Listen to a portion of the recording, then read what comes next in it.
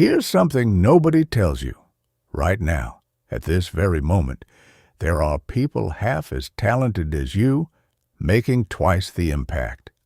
They're getting promoted faster, building deeper friendships, commanding attention in rooms you struggle to be heard in. And here's the part that might sting. It has absolutely nothing to do with intelligence, credentials, or how hard you work. I learned this the hard way when I watched my colleague Sarah get promoted over me 3 years ago. Same company, same start date. Her technical skills? Honestly, average at best. But she had something I didn't understand back then. Something that made executives lean in when she spoke. Something that turned strangers into allies within minutes. Something that I'm about to share with you today because once you see it, you can't unsee it. And once you develop it, everything changes. What Sarah mastered, what the top 1% of successful people have cracked, is emotional intelligence paired with razor-sharp social skills. And before you roll your eyes thinking this is another soft skills lecture, let me stop you right there. This isn't about being nicer or more agreeable. This is about understanding the invisible forces that govern every human interaction, every opportunity, every relationship in your life. This is about becoming someone people trust, follow, and want to be around. Not through manipulation, through genuine mastery of how humans actually work. Chapter 1. What your lack of emotional awareness is actually costing you. Let's get brutally honest for a moment. Every single day, your inability to read and manage emotions is bleeding opportunities from your life. And most people have no clue it's even happening. It's like driving with a blindfold on, wondering why you keep hitting obstacles you never saw coming. Think about your career for a second. You probably believe promotions go to the hardest workers or the smartest people in the office. But research tells a completely different story. Studies show that 90% of top performers share one common trait: high emotional intelligence. And here's the kicker. People with average IQs but strong emotional intelligence earn nearly $29,000 more annually than those with high IQs but weak emotional skills. Let that sink in. Your emotional blindness might literally be costing you the price of a decent car every single year. But money is just the surface. The real cost runs much deeper. Every time you misread someone's emotional state, you're operating with incomplete information. It's like trying to navigate with a broken GPS. When you can't regulate your emotions under pressure, you're making critical decisions from a place of reaction instead of strategy. When you fail to build genuine rapport with colleagues, clients, or leaders, you're essentially locking yourself out of rooms where opportunities are created and distributed. I've seen this play out hundreds of times. There was this software engineer named Marcus. Brilliant guy, could code circles around everyone on his team. But he couldn't read the room, couldn't sense when his manager was stressed and needed support versus when she was open to new ideas. Couldn't tell when his teammates were actually confused versus just being polite. He wondered why he kept getting passed over for team lead positions while less technically skilled people got promoted. The answer wasn't in his code, it was in his complete lack of emotional radar. Or take Jennifer, an incredibly talented marketing strategist with genuinely innovative ideas. But she couldn't influence people, couldn't read her prospects' emotional needs, couldn't adjust her pitch based on the energy in the room. She'd present the same way to analytical CFOs as she would to creative directors, wondering why her close rate was abysmal. Meanwhile, her colleague Daniel, with decent but not exceptional ideas, was closing deals left and right because he could feel what each client needed and adjust accordingly. Now let's talk about something even more important than your career, your relationships. Whether we're discussing romantic partnerships, close friendships, or family dynamics, emotional intelligence is the bedrock of every meaningful connection you'll ever have.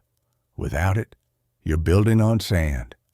People with weak emotional intelligence struggle with intimacy because they can't truly understand or validate what their partners are experiencing. They maintain surface-level friendships because they never learn to create deep emotional bonds. They find themselves in the same conflicts repeatedly because they react emotionally instead of responding strategically. Sound familiar? Here's what actually happens when you're emotionally unaware in relationships. You miss the subtle signals that tell you when someone is withdrawing, when they're hurt but not saying it, when they need space versus when they need connection. You say things at exactly the wrong moment because you can't read the emotional temperature. You escalate arguments instead of resolving them because you're trapped in your own emotional experience, unable to step into the other person's world. You come across as self-centered even when that's the furthest thing from your intention. The costs compound like interest on a debt you didn't know you had. Broken relationships, missed connections, isolation, a reputation as someone who's difficult or insensitive. And here's the worst part. You often don't even realize why these patterns keep repeating, because you're operating with massive emotional blind spots. But listen, I'm not sharing this to make you feel bad. I'm sharing it because there's genuinely good news here. Emotional intelligence isn't some fixed trait you're born with or without. It's not genetic. It's not about personality type. It's a learnable skill set. Every single component can be developed through deliberate practice and the right approach. Self-awareness can be trained. Emotional regulation can be mastered. Empathy can be cultivated. Social skills can be systematically improved. Those people who seem naturally charismatic, who seem to effortlessly read rooms and influence outcomes, they've developed these skills either consciously through training or unconsciously through years of attention and practice. But here's the thing. You don't have years to figure this out through trial and error. You need a system, a framework that allows you to develop emotional intelligence rapidly and systematically. That's exactly what we're building together over the next several chapters. I'm going to show you how to read micro expressions and body language like you have a sixth sense. You're going to learn how to manage your emotional state under intense pressure like an elite athlete manages their physical state.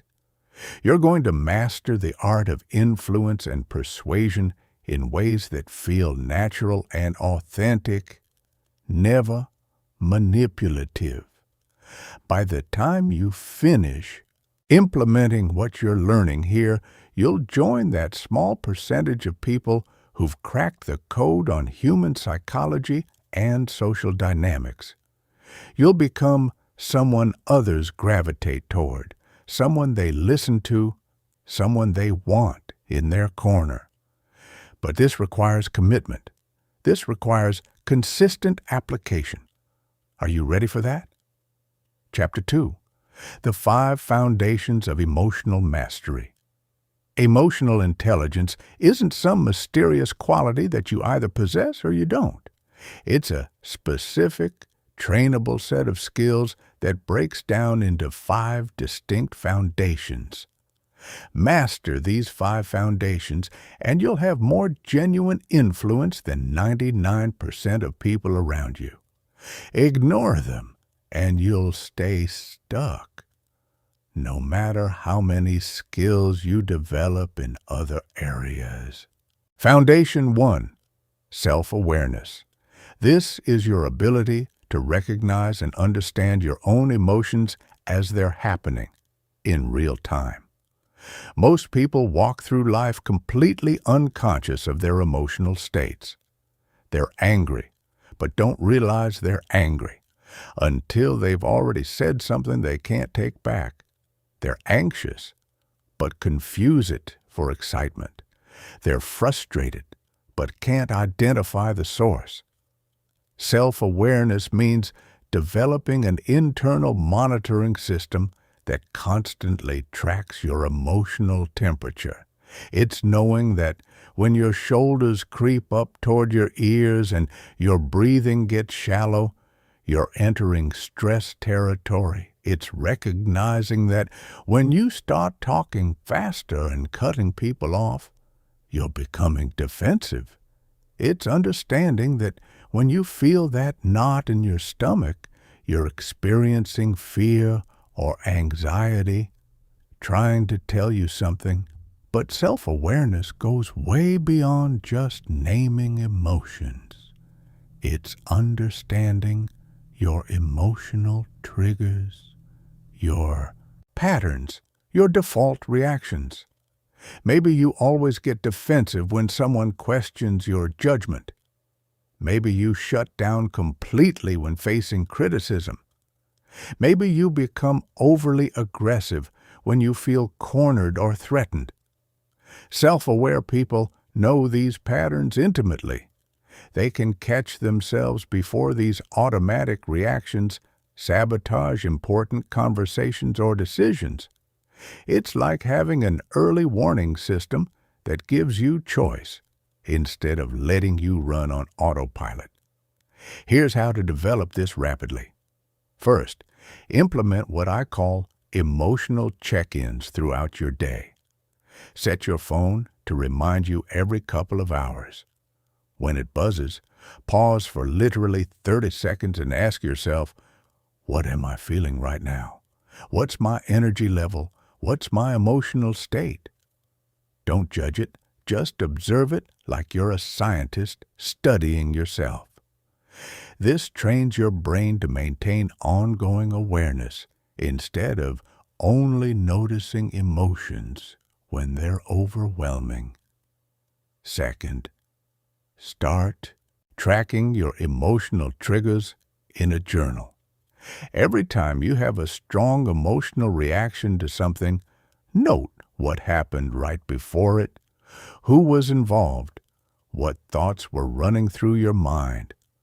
Over time, you'll start seeing patterns emerge.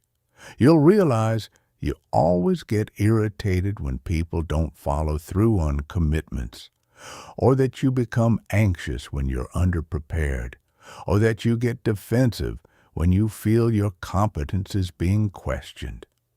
Third, pay close attention to your physical sensations. Emotions show up in your body before they fully register in your conscious mind. Tension in your shoulders signals stress. A tight chest indicates anxiety. A clenched jaw reveals anger brewing. Your body is constantly broadcasting emotional intelligence data if you learn to tune into the signal. Foundation 2. Self-regulation. This is your ability to manage your emotions rather than being controlled by them. And let me be clear, self-regulation doesn't mean suppressing emotions or pretending they don't exist. It means choosing how you respond to your emotions instead of reacting automatically. People with poor self-regulation are completely at the mercy of whatever they're feeling. When they're angry, they lash out. When they're anxious, they avoid crucial conversations. When they're excited, they make impulsive decisions they later regret. They're like emotional pinballs, bouncing from one reaction to another with zero conscious control. People with strong self-regulation feel their emotions fully, but they choose their responses strategically. They can be angry, but still communicate calmly and clearly. They can be nervous, but still take bold action. They can be disappointed, but still maintain composure and professionalism. The key to self-regulation is understanding that there's a space between what happens to you and how you respond. In that space lives your freedom to choose. Most people collapse that space entirely and react instantly. Emotionally intelligent people expand that space and respond thoughtfully. Here's a practical technique you can use immediately. When you feel a strong emotion arising, use the acronym STOP. S means stop what you're doing physically. T means take a deep breath. O means observe what you're feeling without judgment. P means proceed with intention, not reaction. This 4-step process takes less than 10 seconds, but can prevent you from saying or doing something that damages relationships or your reputation. Another powerful strategy is reframing. Instead of seeing challenging emotions as problems to eliminate, see them as information to process. Anger might be telling you a boundary was crossed. Anxiety might be alerting you to prepare more thoroughly. Disappointment might be showing you that your expectations need adjusting. When you reframe emotions as data rather than directives, you maintain far more control over your responses. Foundation 3. Motivation. This isn't about external motivation like money or recognition, though those matter. This is about intrinsic motivation driven by your values, your sense of purpose, your commitment to growth. People with strong emotional intelligence are fueled by internal factors that sustain them through challenges and setbacks. Emotionally intelligent people have a crystal clear sense of what matters to them. They know their core values and make decisions based on those values rather than just chasing external rewards. They're motivated by the desire to grow, to contribute, to make a meaningful difference. This internal drive makes them resilient when facing obstacles and persistent when pursuing long-term goals. They also have what psychologists call a growth mindset. They see challenges as opportunities to learn rather than threats to avoid. They view failures as feedback rather than final judgments about their worth. They believe that abilities develop through effort and practice rather than being fixed, traits you're born with. To develop stronger intrinsic motivation, start by clarifying your values. What principles do you want guiding your decisions? What kind of person do you want to become? What impact do you want to have on the people around you? When your actions align with your values, you'll find sustainable motivation that doesn't depend on external circumstances constantly being favorable. Foundation 4. Empathy. This is your ability to understand and share the emotions of others. Empathy allows you to connect with people on an emotional level, to see situations from their perspective, to respond to their needs rather than just your own agenda. Most people think they're empathetic, but they're actually projecting. They assume others feel the same way they would in similar situations. True empathy requires setting aside your own emotional experience and genuinely trying to understand someone else's internal world. Empathetic people are masters at reading emotional cues. They notice when someone's smile doesn't quite reach their eyes. They pick up on the slight change in vocal tone that indicates frustration. They see the micro expression that flashes across someone's face before they compose themselves. They're like emotional detectives, constantly gathering data about how others are feeling. But empathy goes beyond just reading emotions. It's also about responding appropriately to what you observe. Sometimes empathy means offering comfort and support. Sometimes it means giving someone space. Sometimes it means challenging someone in a caring way because that's what they actually need. The key is responding to what the other person needs, not what you think they should need. Foundation 5. Social skills.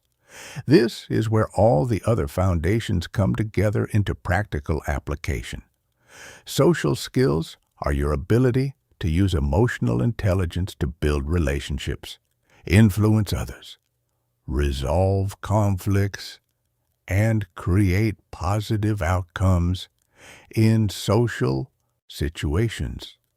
People with strong social skills know how to adapt their communication style to different personalities and contexts.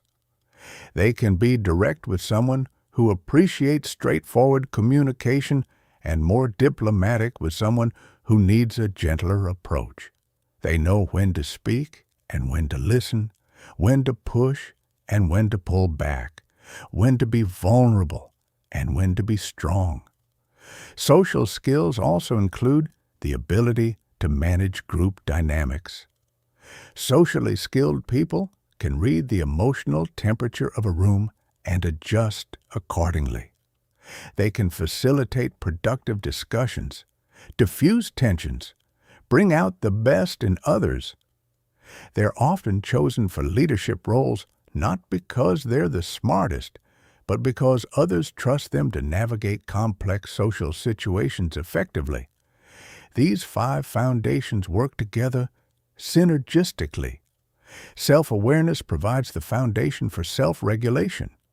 Self-regulation creates space for empathy. Empathy informs your social skills. Intrinsic motivation drives you to develop all of these abilities consistently over time. Chapter 3. Reading. People like a human decoder. One of the most valuable skills you can develop is the ability to accurately read other people's emotions, intentions, and mental states. While most people stumble through social interactions missing critical emotional information, masters of emotional intelligence decode human behavior like reading their native language. This isn't about manipulation. This is about understanding people so deeply that you can respond in ways that create genuine connection and mutual benefit. When you truly understand what someone is feeling and why they're feeling it, you can communicate in ways that resonate with them, solve problems they actually care about, build relationships based on real understanding rather than surface-level pleasantries. The foundation of reading people accurately is recognizing that all human behavior is communication. Every gesture, every facial expression, every vocal inflection broadcasts information about someone's internal state. Most people miss this information because they're too focused on what they want to say next, or they're making assumptions based on their own perspective rather than observing what's actually happening right in front of them. Let's start with facial expressions. Your face has over 40 muscles, and different combinations create distinct emotional signatures. When someone is genuinely happy, their entire face lights up. The corners of their eyes crinkle into crow's feet. Their cheeks lift naturally. Their smile engages their whole face, not just their mouth. But when someone gives you a polite or fake smile, only their mouth moves. Their eyes remain unchanged, sometimes even slightly narrowed or guarded. Fear shows up as widened eyes, raised eyebrows, often a slightly open mouth. Anger creates a furrowed brow, narrowed eyes, pressed or thinned lips. Disgust involves a wrinkled nose and raised upper lip. Surprise widens the eyes and drops the jaw. Sadness droops the corners of the mouth and eyes, creating a distinct heaviness in the facial features. These are universal expressions that transcend culture and language. But here's where it gets really interesting. Most emotional expressions only last for a fraction of a second before people consciously control their face to show what they want you to see. These micro-expressions leak through before someone can compose themselves. If you learn to catch these brief flashes, you can see what someone is really feeling before they decide what expression they want to present to you. To develop this skill, practice what I call the facial scanning technique. When you're talking with someone, instead of just making general eye contact, let your awareness expand to include their entire face. Notice the area around their eyes, the tension in their forehead, the position of their mouth. Don't stare intensely like you're trying to read their mind. Just expand your peripheral awareness to include more visual information naturally. Body language provides even richer information than facial expressions. Someone's posture tells you about their confidence level, their energy, their engagement with the conversation. When someone is confident and engaged, they'll generally have upright posture, shoulders back, body oriented toward you. When they're insecure or disinterested, they might hunch their shoulders, cross their arms defensively, or angle their body away from you. Watch for changes in body language during your conversation. If someone starts with open, relaxed posture, but gradually closes off by crossing their arms or stepping back, you've touched on something that makes them uncomfortable. If they lean forward and their gestures become more animated, you've engaged their genuine interest. Hand gestures reveal tremendous information. When people are nervous or uncomfortable, their hand movements often become more restricted and controlled. They might clasp their hands together tightly, put them in their pockets, or grip something like a coffee cup or pen. When they're excited or passionate, their gestures become more expansive and animated, naturally punctuating their words. Pay attention to what people do with their hands when they're thinking or processing information. Some people touch their face. Others fidget with objects nearby. Others gesture abstractly in the air. These patterns are usually consistent for each individual.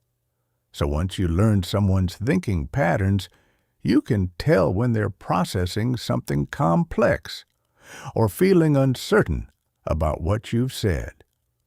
Vocal patterns provide another rich layer of emotional intelligence data. It's not just what people say, but how they say it. Voice carries emotion in ways that words alone cannot convey.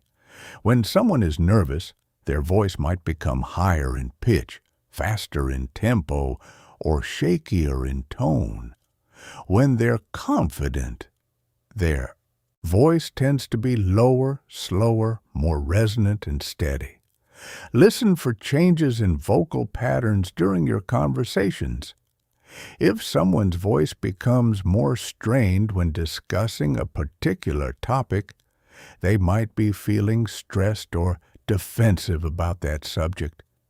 If their voice becomes more animated and energetic, they're probably genuinely interested in what you're discussing. Volume changes also carry meaning. When people lower their voice, they might be sharing something they consider confidential or intimate. When they raise their voice, they might be trying to emphasize a point, or they might be becoming frustrated. The speed of speech reveals mental and emotional states. Rapid speech often indicates excitement, anxiety, or the feeling that there's limited time to communicate something important. Very slow speech might indicate careful thought, fatigue, or sometimes condescension. Sudden changes in speech patterns are particularly meaningful because they suggest a shift in emotional state. But here's the crucial point about reading people. You must calibrate your observations to each individual. People have different baseline behaviors. Some people are naturally more animated, while others are more reserved. Some speak quickly, as their normal pattern, while others are naturally slow speakers. The key is noticing deviations from their personal baseline rather than comparing everyone to a general standard. Context is everything when reading people. The same behavior might mean completely different things in different situations. Someone crossing their arms might indicate defensiveness in a confrontational conversation, but it might just mean they're cold in an air-conditioned room. This is why the most emotionally intelligent people are excellent at asking clarifying questions rather than just making assumptions based on their observations. If you notice someone's body language becoming more closed off, instead of assuming they're upset with you, you might ask, "How are you feeling about what we've discussed so far?" This gives them an opportunity to clarify their internal state rather than leaving you to guess. Chapter 4. Managing Your Emotions Under Pressure. Like a pro. The difference between someone who thrives under pressure and someone who crumbles isn't about talent or intelligence. It's about emotional regulation. The ability to maintain clarity, composure, and strategic thinking when emotions are running high is perhaps the most valuable skill you can develop for both career success and healthy relationships. Here's what happens to most people when the stakes get high and pressure mounts. They make impulsive decisions when they're angry. They avoid difficult conversations when they're anxious. They shut down completely when they're overwhelmed. They react emotionally rather than responding strategically. This creates a vicious cycle where pressure leads to poor emotional management, which leads to worse outcomes, which creates even more pressure. But there's a small percentage of people who actually become more focused and effective under pressure. They're the ones who get tapped for leadership during crises. They're the ones others turn to when situations become complex or challenging. They're the ones who build reputations as reliable, steady, trustworthy.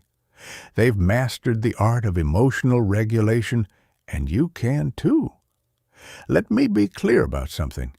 Emotional regulation doesn't mean becoming emotionally numb or suppressing all feelings. Emotions contain valuable information and energy that can be channeled productively. The key is learning to feel emotions fully while choosing your response consciously rather than reacting automatically.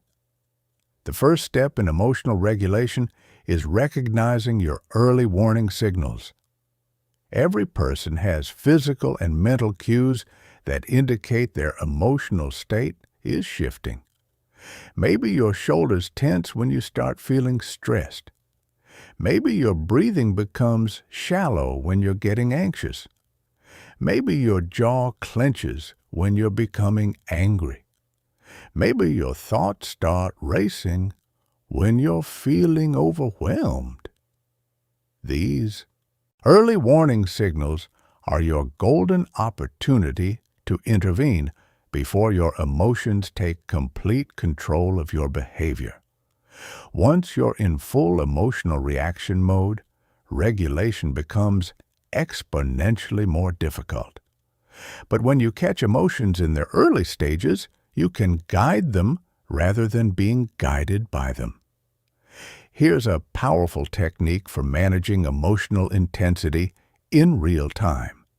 It's called the physiological reset, and it works by activating your parasympathetic nervous system to counteract the fight-or-flight response that accompanies strong emotions. When you notice your early warning signals firing, immediately shift your focus to your breathing. Take a slow, deep breath in through your nose for a count of 4. Hold it for a count of 4. Then exhale slowly through your mouth for a count of 6. The longer exhale is key because it activates the parasympathetic nervous system and signals your brain that you're safe, not under threat. Repeat this cycle 3 to 5 times until you feel your nervous system beginning to settle. Next, consciously relax your muscles, starting from the top of your head and working down. Release the tension in your forehead, your jaw, your shoulders, your arms, your chest, your abdomen, your legs. This prevents the physical tension that accompanies strong emotions from reinforcing and amplifying the emotional intensity. Finally, ground yourself in the present moment by engaging your senses. Notice 5 things you can see, 4 things you can hear, 3 things you can physically feel, 2 things you can smell, 1 thing you can taste. This breaks the cycle of anxious or angry thoughts and brings your awareness back to reality rather than the story your mind is creating about the situation. Another crucial skill for emotional regulation is cognitive reframing. This involves consciously choosing how to interpret situations rather than accepting your initial emotional reaction as the only valid truth.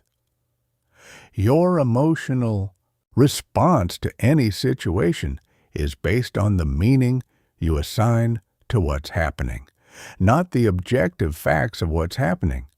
For example, if someone criticizes your work, your initial emotional response might be anger or defensiveness.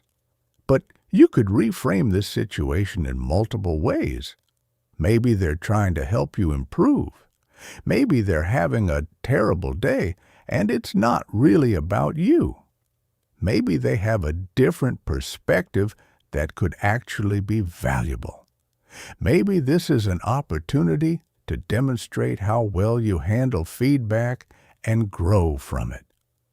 None of these reframes require you to pretend the criticism didn't happen or that you don't care about it. They simply give you options for how to respond, rather than being locked into one automatic emotional reaction.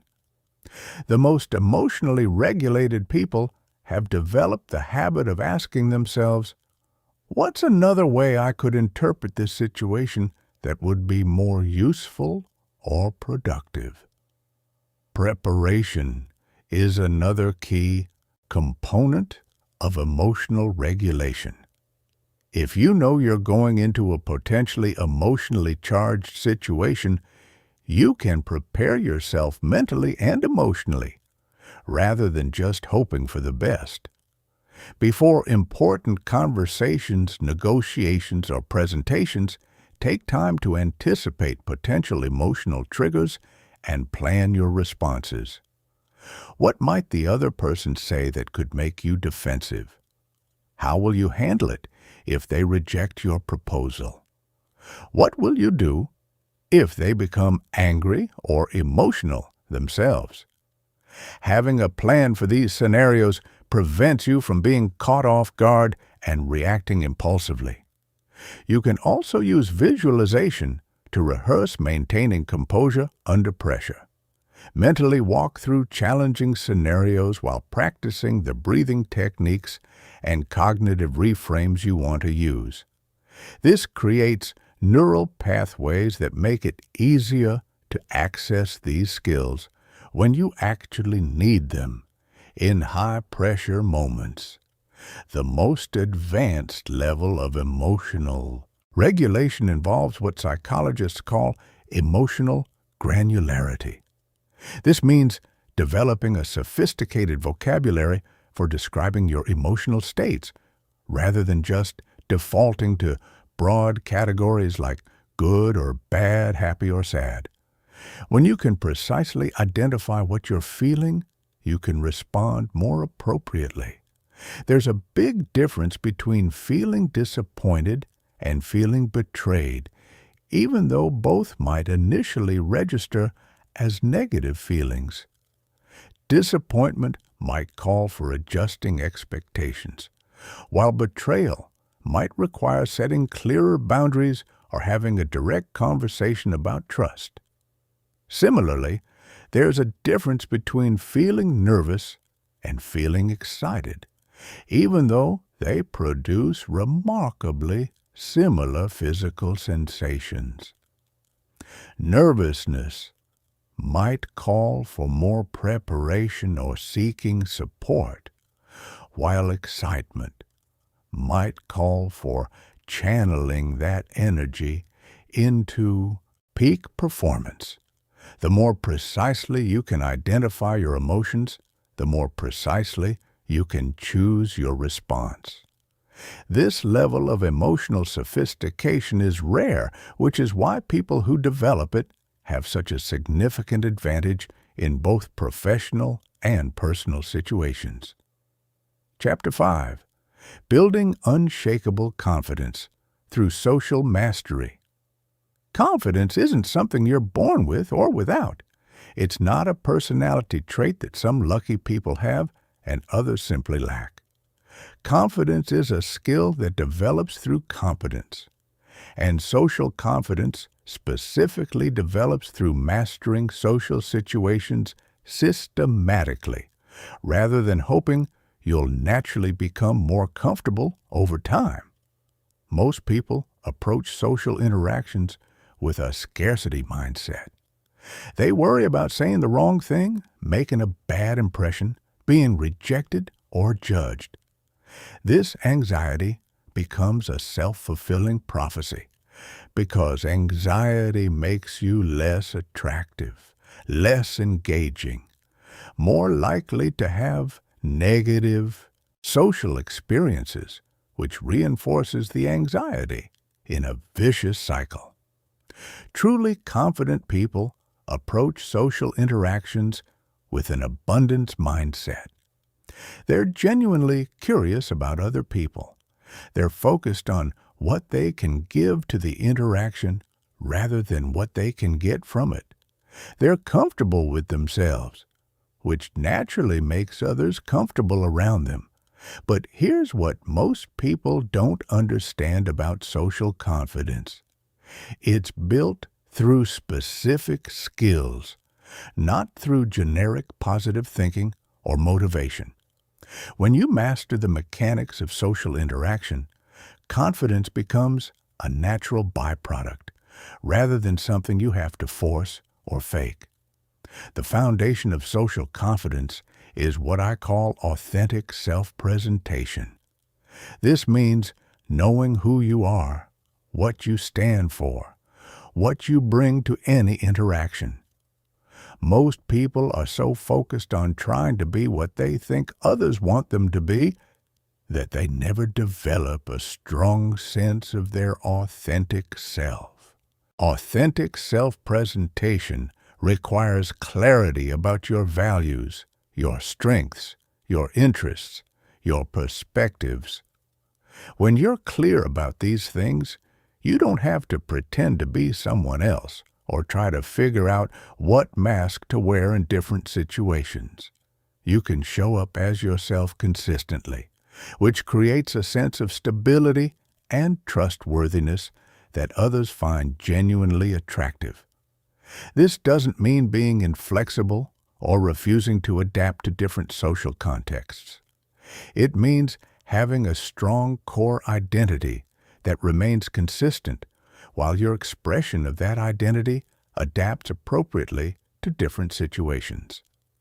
A confident person might be more formal in a business meeting and more casual at a social gathering, but their core values and personality remain the same underneath. To develop authentic self-presentation, spend time clarifying your personal brand. What 3 qualities do you want people to associate with you? What unique perspective do you bring to conversations?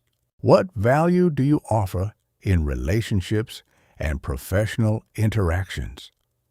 When you're clear about these things, you can present yourself consistently rather than trying to be a different person in every situation. The second component of social confidence is conversational competence. Most people struggle in social situations because they don't know how to create and maintain engaging conversations. They default to small talk about the weather or recent events, which rarely creates meaningful connection or memorable interactions. Confident conversationalists know how to ask questions that open up interesting discussions. Instead of asking, "How are you?"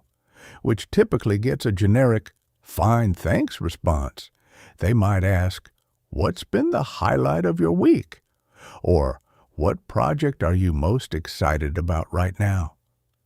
These questions invite more thoughtful and revealing responses that actually give you something to work with.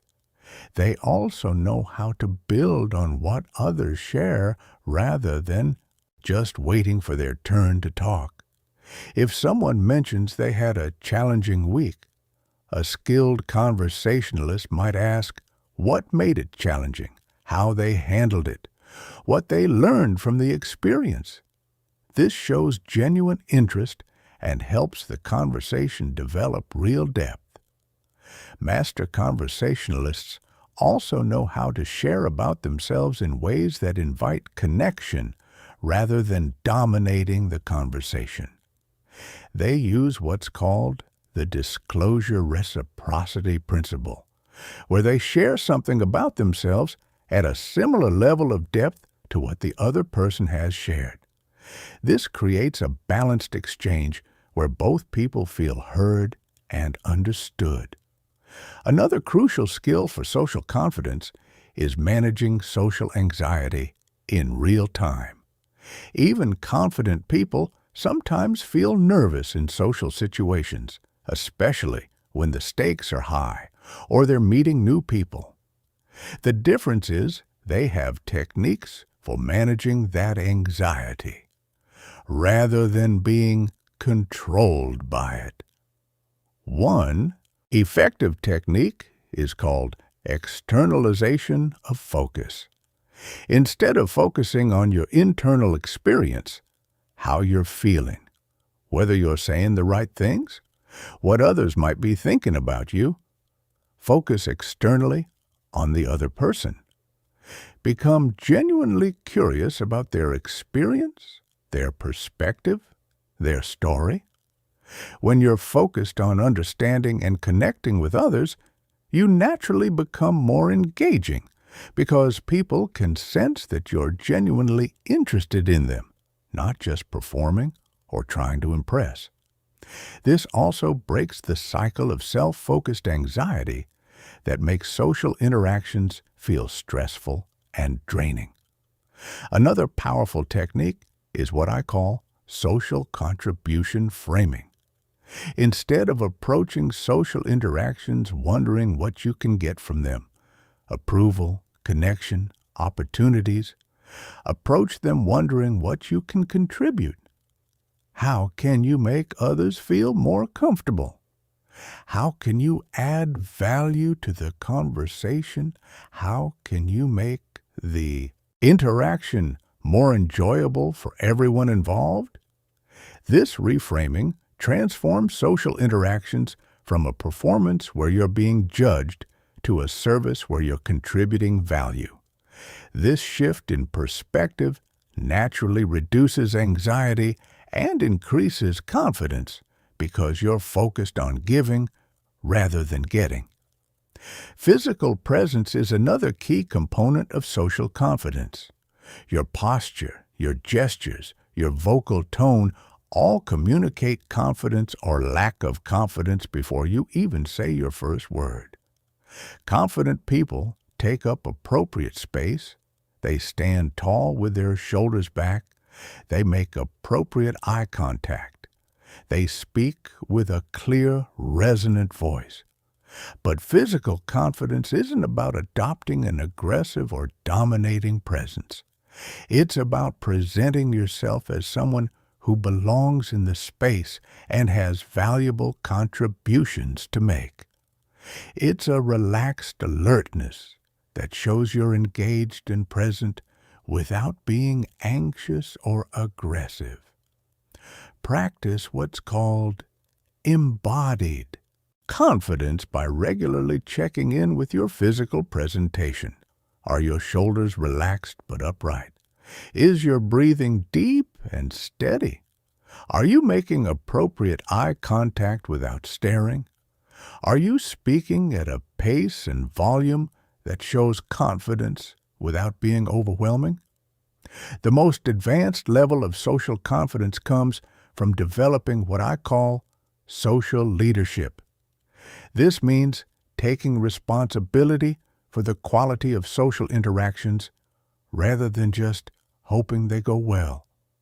Social leaders set the emotional tone, guide conversations toward productive directions, help everyone involved have a better experience. Social leadership isn't about dominating conversations or always being the center of attention. It's about creating an environment where good conversations can happen.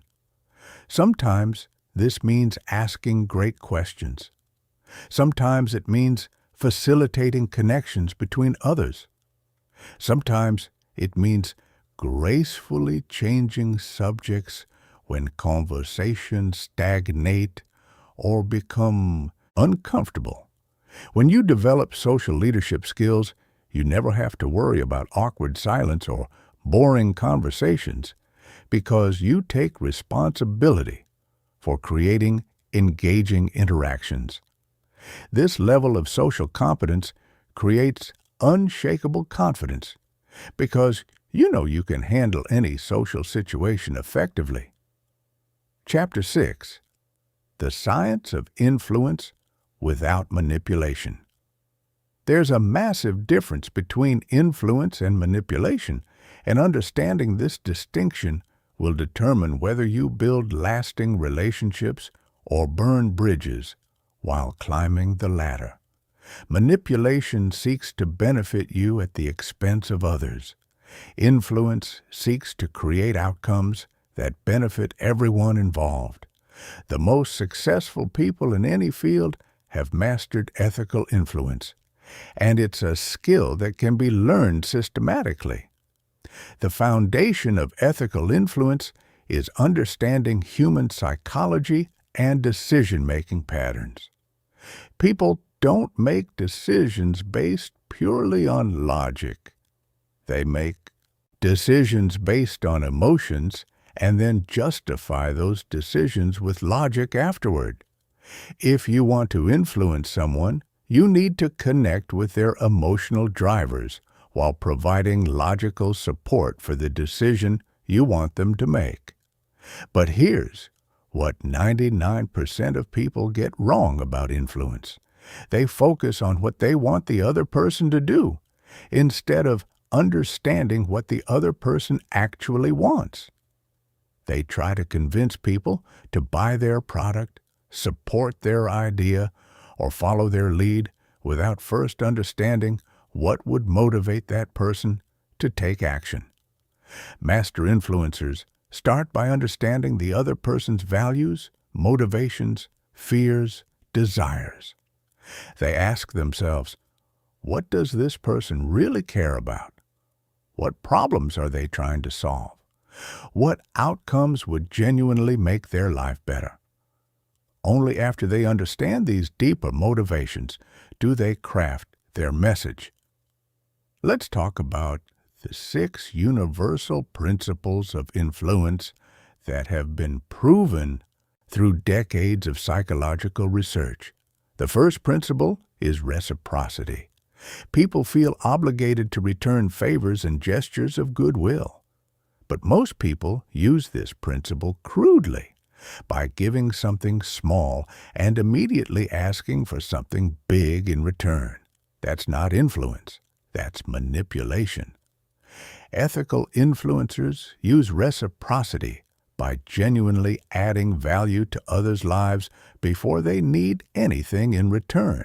They share useful information, make helpful introductions, offer assistance during challenging times, provide resources that solve real problems. They build a bank of goodwill over time rather than trying to make immediate withdrawals. The key to using reciprocity ethically is ensuring that what you give is genuinely valuable to the other person, not just what you think should be valuable. Maybe they need industry insights. Maybe they need emotional support. Maybe they need connections to specific people. The more you understand their actual needs, the more effectively you can provide genuine value. The second principle is commitment and consistency. People have a deep psychological need to be consistent with their previous commitments and statements. If someone says they value innovation, they'll be more likely to support an innovative idea. If someone commits to a goal publicly, they'll be more motivated to achieve it. Skilled influencers use this principle by getting people to verbally commit to values and principles that align with the action they want them to take. They might ask questions like, how important is professional development to you? Or, what role does teamwork play in your success? When people articulate these values out loud, they become more committed to acting consistently with them. You can also use commitment and consistency by helping people connect their identity to the behavior you want to encourage. Instead of asking someone to try something, ask them to be something. Instead of, would you try to arrive on time? Ask, are you someone who values punctuality? People will act consistently with how they see themselves. The third principle is social proof. People look to others, especially others they respect or identify with, to guide their own behavior. If someone sees that people like them have already embraced an idea or taken an action, they're much more likely to do the same. The most effective way to use social proof is through specific stories and examples rather than vague statistics.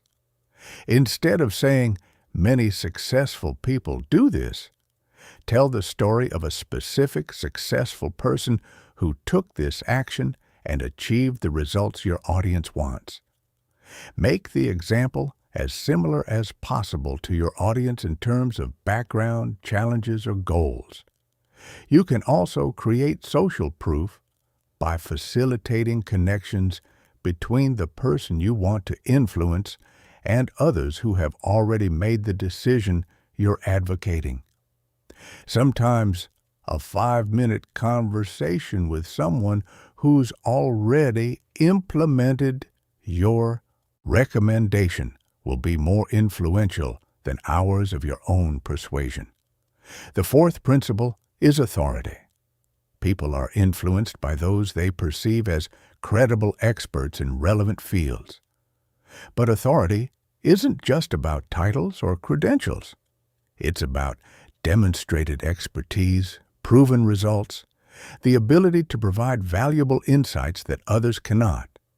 You build authority not by telling people how smart you are, but by consistently providing valuable perspectives and accurate predictions.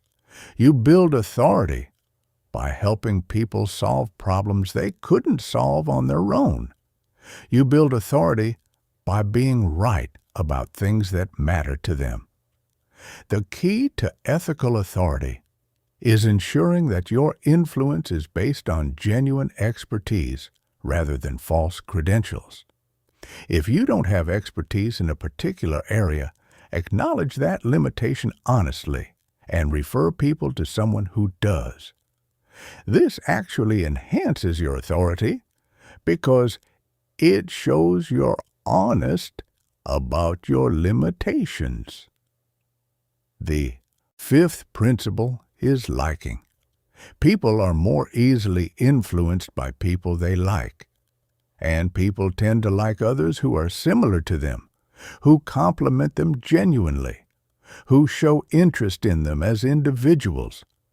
But this doesn't mean you should fake similarity or give insincere compliments. The most effective way to use liking is to find genuine common ground with others. Maybe you share similar professional challenges, similar values, similar interests outside of work, similar communication styles. When you identify these authentic similarities, emphasize them naturally in your interactions. You also increase liking by showing genuine interest in others. Ask questions about their perspectives, their experiences, their goals.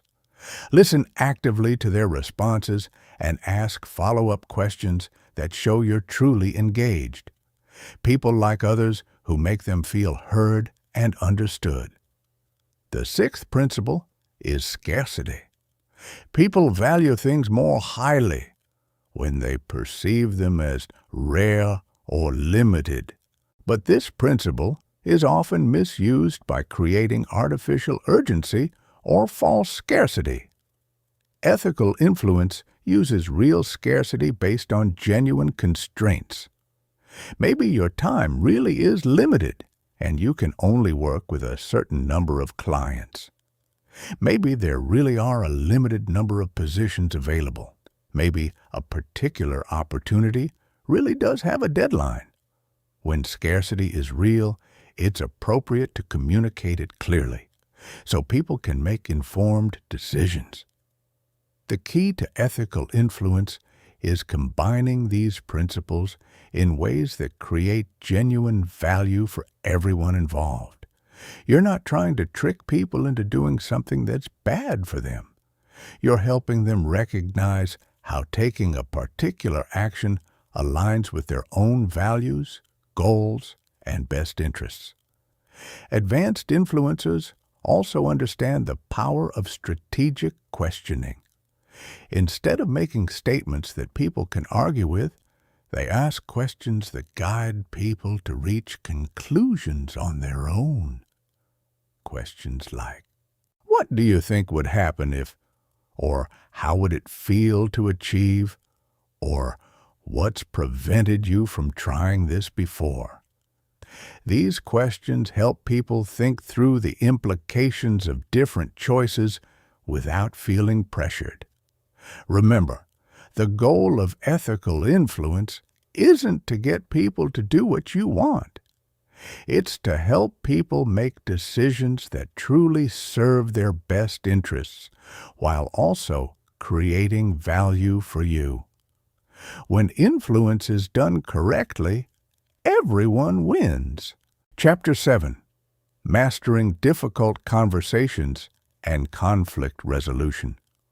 Most people avoid difficult conversations until problems become full-blown crises. They hope issues will magically resolve themselves. They worry about damaging relationships. Or they simply don't know how to navigate emotionally charged discussions effectively. But here's the truth. Avoiding difficult conversations doesn't make problems disappear. It makes them exponentially worse. The ability to have productive, difficult conversations is one of the most valuable skills you can develop. It's what allows you to address problems before they escalate, set clear boundaries, negotiate effectively, maintain healthy relationships even when facing disagreements. People who master this skill become the ones others turn to when situations become complex or emotionally charged. They become known as problem solvers, not problem avoiders. The biggest mistake most people make in difficult conversations is focusing on being right instead of being effective. They prepare their arguments, gather their evidence, try to prove their point. But difficult conversations aren't debates to be won. They're problems to be solved collaboratively. The most successful difficult conversations start with the right intention. Before you even begin the conversation, get crystal clear on what outcome you actually want. Do you want the other person to change their behavior? Do you want to understand their perspective better? Do you want to find a mutually acceptable solution to a problem? Do you want to repair damage to the relationship? When you're clear on your intention, you can guide the conversation toward that outcome instead of getting sidetracked by emotions or side issues. You can also communicate your intention explicitly at the beginning of the conversation, which helps the other person understand your goals and reduces their defensiveness. Here's the framework that works consistently for difficult conversations. I call it the PEACE Protocol. P stands for prepare. E stands for engage with empathy. A stands for acknowledge emotions. C stands for collaborate on solutions.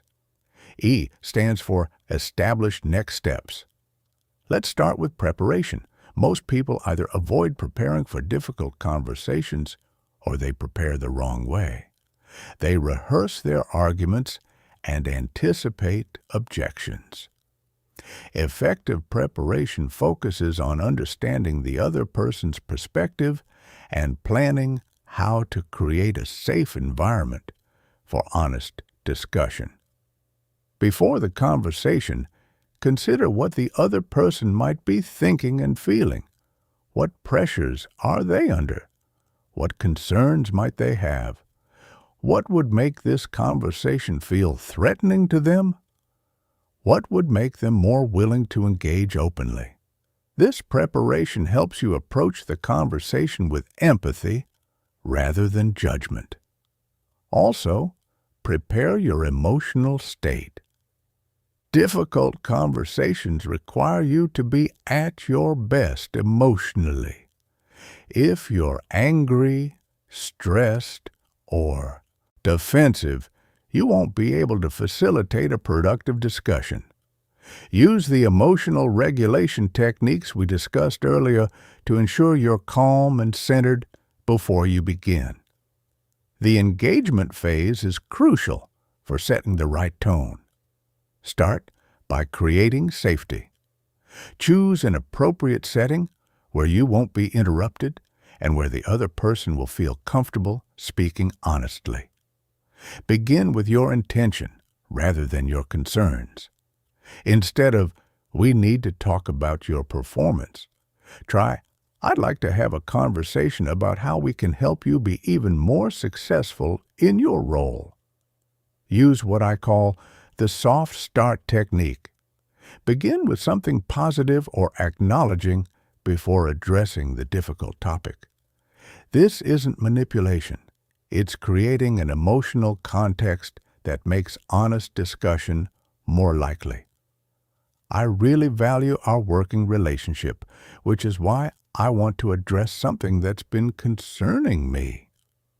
Acknowledging emotions is often the phase people skip, but it's essential for productive dialogue. When emotions are high, people can't think clearly or collaborate effectively.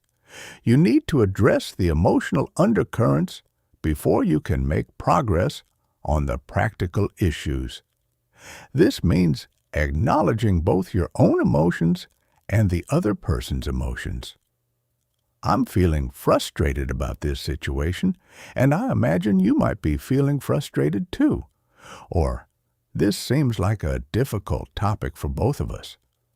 When emotions are acknowledged, they lose some of their power to derail the conversation. Listen for the emotions behind the other person's words. If they say, "I can't believe you didn't tell me about this earlier," they might be feeling excluded or disrespected. If they say, "I don't have time for this," they might be feeling overwhelmed. Address the emotional need, not just the surface statement. The collaboration phase is where real progress happens. This is where you move from discussing the problem to finding solutions. But collaboration requires genuine openness to solutions you haven't already decided on. If you've already determined what the other person needs to do, you're not collaborating. You're dictating. Ask open-ended questions that invite creative thinking. What ideas do you have for addressing this? Or, what would need to change for this to work better? Or, how can we prevent this kind of situation in the future? These questions engage the other person as a partner in problem solving, rather than a defendant in a trial. Be willing to compromise and find creative third options. The best solutions to difficult situations often aren't what either person initially wanted. They're new possibilities that emerge when two people genuinely collaborate to solve a shared problem. Establishing next steps ensures that your difficult conversation leads to real change rather than just temporary relief. Be specific about what will happen next, who will do what, when you'll follow up. So, we're agreeing that you'll speak with your team about the new deadlines by Friday, and we'll check in next Monday to see how it went. Also, agree on how you'll communicate about this issue going forward. If similar situations arise, let's both commit to addressing them quickly rather than letting them build up. This prevents the same problems from recurring. Throughout the entire conversation, maintain what I call compassionate directness. Be clear and honest about problems and expectations, but communicate with respect and care for the other person's dignity. You can be firm about standards and boundaries while still treating others as human beings with feelings and perspectives. Remember that difficult conversations are skills that improve with practice. The more you're willing to address issues directly and respectfully, the better you'll become at navigating these situations. And the better you become at difficult conversations, the fewer truly difficult conversations you'll need to have, because you'll address issues before they become major problems. Chapter 8. Building your social network. Like a strategic asset. Your network isn't just a collection of contacts on LinkedIn. It's a strategic asset that can accelerate your career, open doors to opportunities, provide valuable insights, offer support during challenging times. But most people approach networking completely wrong. They focus on collecting business cards and LinkedIn connections instead of building genuine relationships with mutual value. The difference between networking and relationship building is the difference between transactional interactions and meaningful connections. Networkers ask, "What can this person do for me?"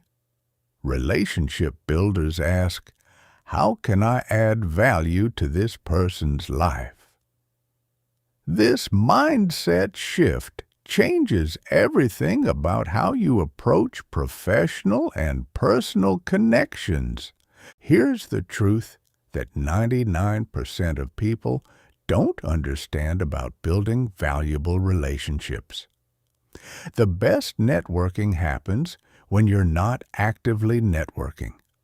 It happens when you're genuinely interested in other people, when you're consistently helpful, when you're known for being someone who connects others and shares valuable resources.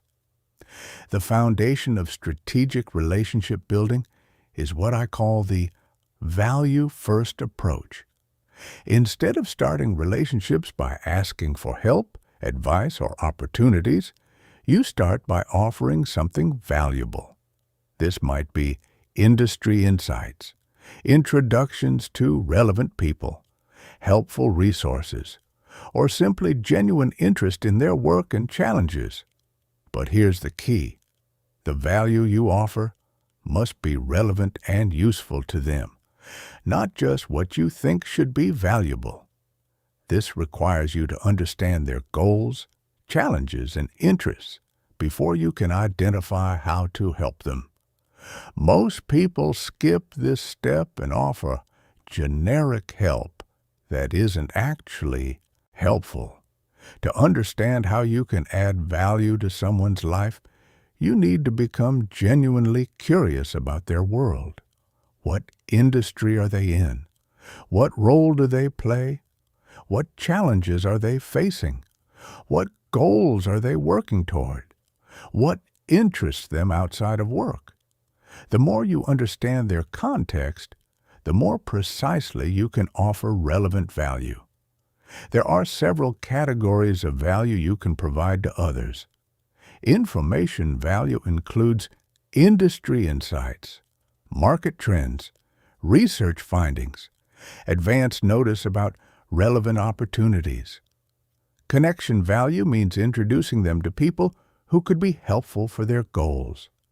Resource value involves sharing tools, templates, articles, or other materials that solve their problems. Support value means being someone they can talk through challenges with, or who celebrates their successes. The most valuable category is opportunity value, which means alerting them to opportunities that align with their goals.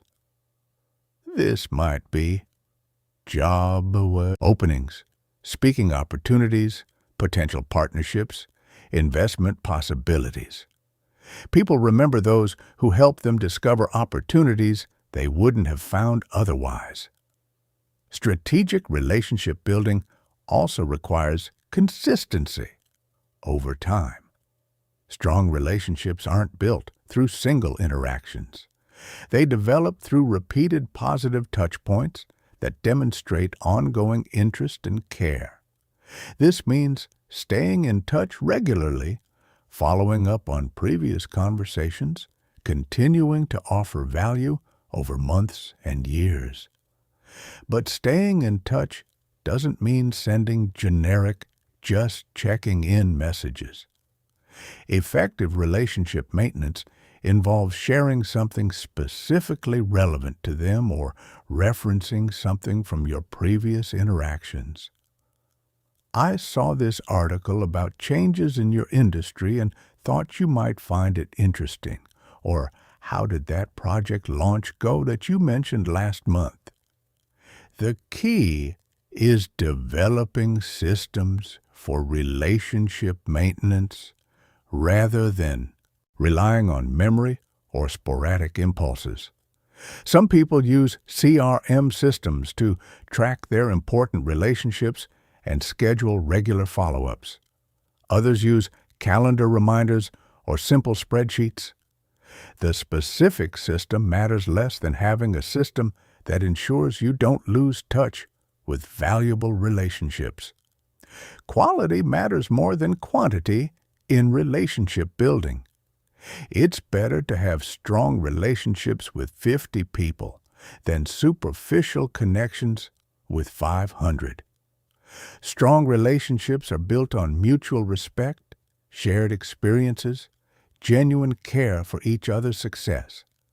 These are the relationships that lead to real opportunities and meaningful support. To build deeper relationships, you need to move beyond professional interactions to personal connection. This doesn't mean becoming best friends with everyone in your network, but it does mean showing interest in them as complete human beings rather than just professional roles. Learn about their interests outside work. Remember details about their families. Celebrate their personal achievements, not just their professional wins. The most strategic relationship builders also understand the power of introducing others. When you introduce two people who can benefit from knowing each other, you add value to both relationships simultaneously.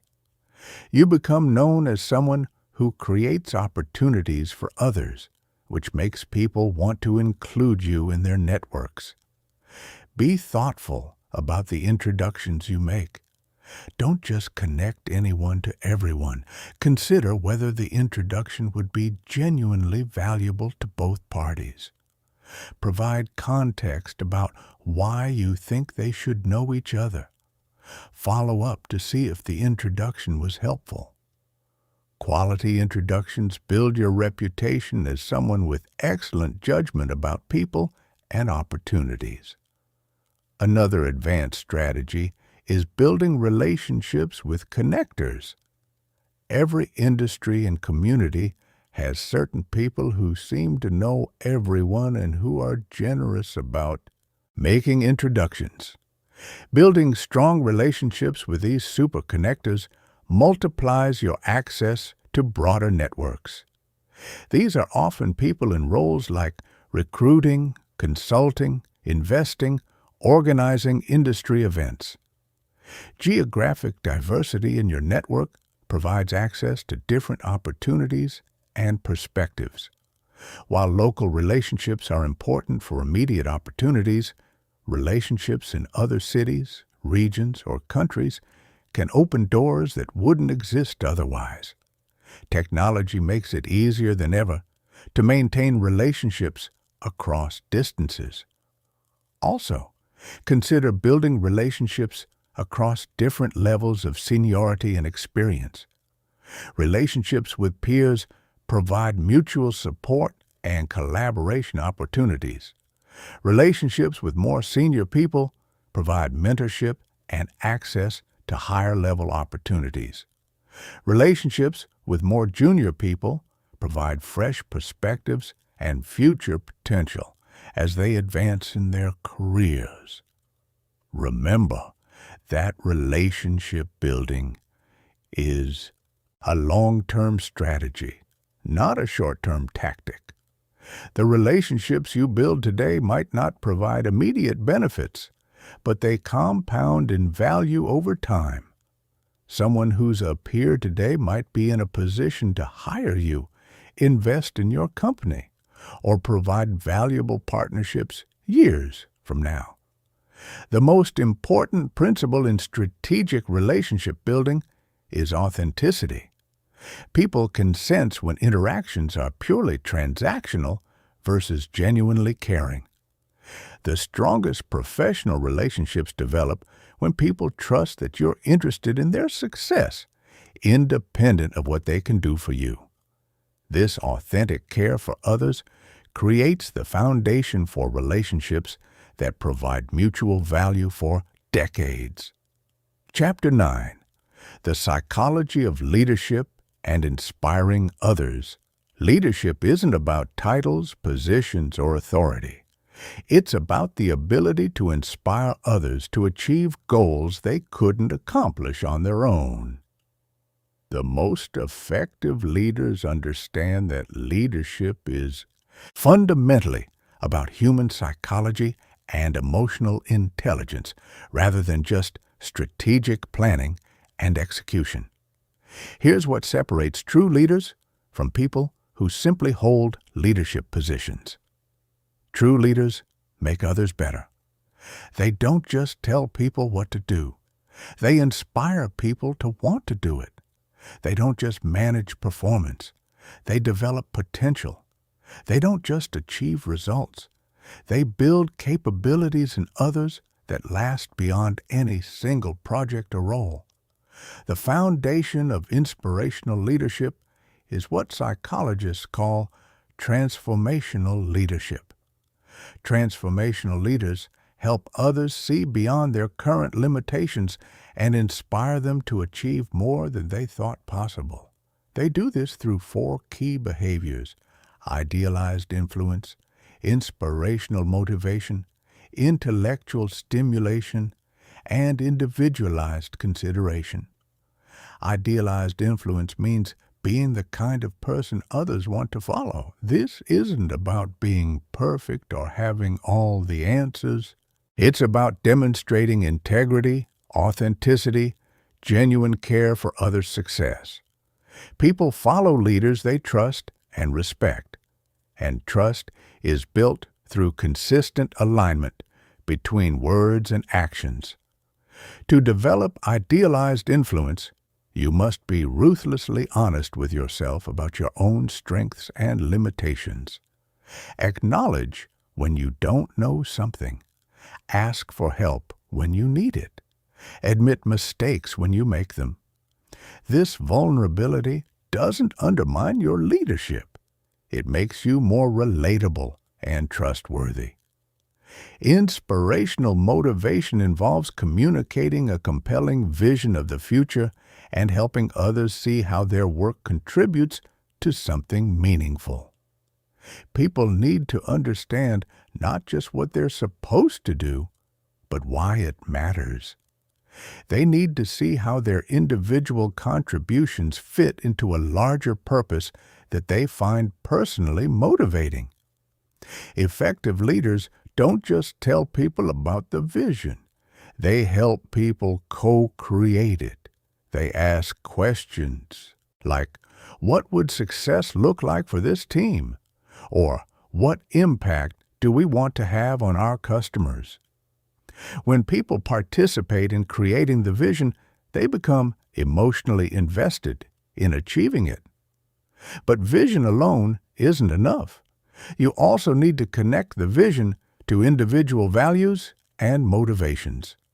Different people are motivated by different things. Some are driven by achievement and recognition. Others are motivated by learning and growth. Still others are inspired by service and contribution. Great leaders understand what drives each person and help them see how the team's goals align with their personal motivations. Intellectual stimulation means challenging others to think differently and approach problems from new perspectives. This involves asking probing questions, encouraging creative solutions, creating an environment where people feel safe to suggest unconventional ideas. Many leaders discourage intellectual stimulation because they want compliance, not creativity. But the best leaders know that breakthrough results require breakthrough thinking. To provide intellectual stimulation, become comfortable with questions like, what if we tried the opposite approach? Or, what assumptions are we making that might not be true? Or, how would someone from outside our industry solve this problem? These questions push people beyond their default thinking patterns and open up new possibilities. Individualized consideration means treating each person as an individual with unique strengths, development needs, and motivations, rather than using a one-size-fits-all leadership approach. This requires you to understand each team member deeply enough to adapt your leadership style to what works best for them. Some people need detailed guidance and frequent check-ins. Others prefer broad direction and autonomy. Some respond well to public recognition. Others prefer private acknowledgement. Some learn best through doing. Others need to understand the theory before they can apply it effectively. Great leaders adjust their approach based on what each person needs to perform at their best. This doesn't mean being inconsistent or having different standards for different people. It means recognizing that different people need different types of support and communication to meet the same high standards. Your expectations for performance remain consistent, but your approach to helping people achieve those expectations varies. Another crucial aspect of leadership psychology is understanding how to influence without authority.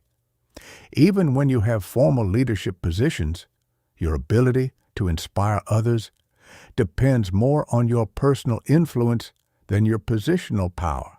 And in many situations, you need to lead even when you don't have formal authority. Leading without authority requires you to influence through expertise, relationships, and value creation rather than position and title. You become someone others choose to follow because they trust your judgment, value your perspective, believe you're committed to their success as well as the team's success. This type of leadership often involves what's called servant leadership, where your primary focus is on serving others and helping them succeed rather than being served by them. Servant leaders ask, "How can I help you be more successful?" rather than, "How can you help me achieve my goals?" This approach builds loyalty and commitment that goes far beyond what positional authority can create. Emotional contagion is another powerful leadership tool. Emotions are contagious, especially from leaders to followers. If you're enthusiastic, others become more enthusiastic. If you're calm under pressure, others feel more confident. If you're optimistic about possibilities, others become more willing to take on challenges. But emotional contagion works in both directions. If you're consistently stressed, anxious, or negative, those emotions spread throughout your team. This is why emotional regulation isn't just a personal skill for leaders. It's a professional responsibility. Your emotional state affects everyone around you. The most advanced leaders also understand how to create what psychologists call psychological safety.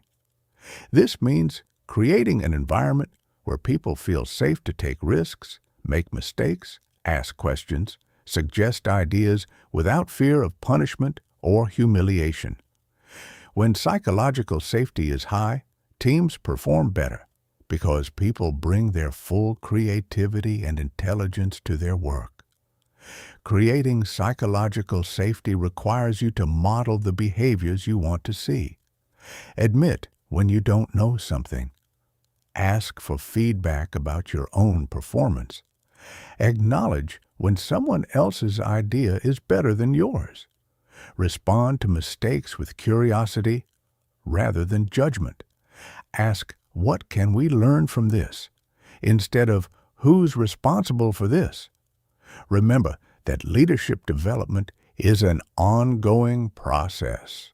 not a destination. The most effective leaders are constantly learning, adapting, improving their ability to inspire others. They seek feedback actively, reflect on their experiences regularly, invest in developing their emotional intelligence and interpersonal skills continuously. Leadership is ultimately about creating positive change through other people. When you master the psychology of leadership, you don't just achieve better results. You develop others' capabilities and create lasting positive impact that extends far beyond any individual project or goal. Chapter 10. Defending against manipulation and emotional attacks. While developing emotional intelligence helps you influence others ethically, it also makes you a target for people who use emotional manipulation and psychological tactics for their own benefit. Learning to recognize and defend against these tactics isn't just about protecting yourself, it's about maintaining your integrity and keeping your relationships healthy. Emotional manipulators use sophisticated psychological techniques to control others' emotions, decisions, and behaviors. They exploit human psychology for personal gain, often leaving their targets feeling confused, guilty, or emotionally drained. But when you understand these tactics, you can recognize them quickly and respond effectively.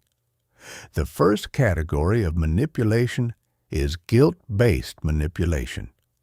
Manipulators use guilt to make you feel responsible for their emotions or circumstances, then leverage that guilt to get what they want. They might say things like, "After everything I've done for you," or "If you really cared about me, you would," or "I guess I'm just not as important to you as I thought."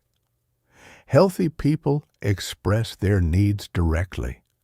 Manipulators make you feel bad for not anticipating their needs or for having different priorities. They frame their requests as tests of your loyalty, care, or commitment, rather than simple preferences or needs. To defend against guilt-based manipulation, remember that you're not responsible for managing other people's emotions. You can care about someone without being responsible for their emotional state. When someone tries to make you feel guilty, ask yourself, is this person expressing a legitimate need, or are they trying to control my behavior through guilt? A simple response to guilt-based manipulation is acknowledgement without acceptance. I understand you're disappointed, and I care about you. Here's what I'm able to do in this situation. This validates their feelings without accepting responsibility for causing or fixing them. The second category is fear-based manipulation. This involves creating anxiety or insecurity to motivate compliance. Manipulators might threaten to withdraw their support, end the relationship, or create negative consequences if you don't comply with their demands. They might also create artificial urgency to prevent you from thinking clearly about decisions. Fear-based manipulators often use phrases like, "If you don't do this, then," or "You have to decide right now," or "Everyone else is already doing this." They want you to make decisions based on anxiety, rather than careful consideration of your best interests. To defend against fear-based manipulation, slow down the decision-making process. Real urgent decisions are rare. Most situations that feel urgent are artificially created to prevent you from thinking clearly. Say something like, "I need to think about this and get back to you tomorrow." If it's truly urgent, they'll explain why in a reasonable way. If it's manipulation, they'll often become more aggressive or try different tactics. The third category is information manipulation. This involves controlling what information you have access to, or distorting information to support their agenda. Information manipulators might withhold relevant details, present selective facts, or frame information in misleading ways. They might also use what's called gaslighting, where they make you question your own memory, perception, or judgment. They might deny saying things you clearly remember, claim events happened differently than you experienced them, or suggest that your emotional responses are inappropriate or unreasonable. To defend against information manipulation, document important conversations and decisions. Keep records of what was agreed to and when. Trust your own memory and perceptions, especially when someone consistently tells you that your recollection is wrong. Seek outside perspectives when you feel confused about what's actually happening in a situation. Another common manipulation tactic is called love bombing, followed by withdrawal. This involves showering you with excessive attention, compliments, and affection early in a relationship, then gradually withdrawing that positive attention to keep you seeking their approval. This creates an addictive cycle where you keep trying to recreate the initial positive experience. Healthy relationships develop consistent patterns of mutual respect and care over time.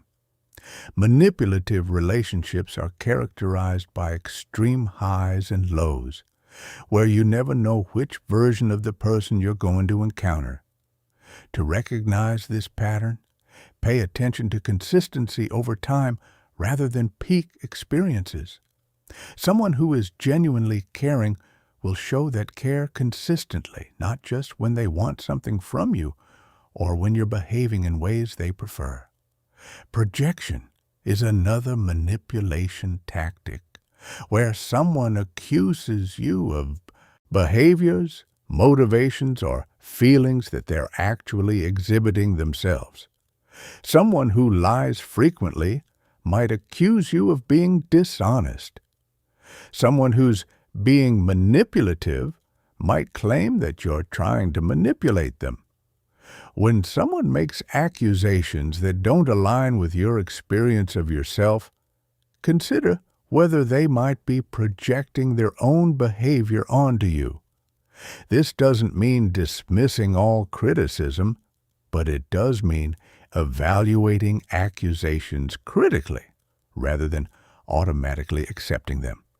The most sophisticated manipulators use what's called intermittent reinforcement. This means providing positive responses unpredictably rather than consistently. Psychologically, this creates stronger attachment than consistent positive reinforcement because you never know when you'll receive approval, so you keep trying harder to earn it. If you find yourself constantly working to earn someone's approval or trying to figure out what will make them happy with you, you might be experiencing intermittent reinforcement. Healthy relationships don't require you to constantly prove your worth or walk on eggshells to maintain the other person's positive regard. To defend against manipulation generally, trust your instincts.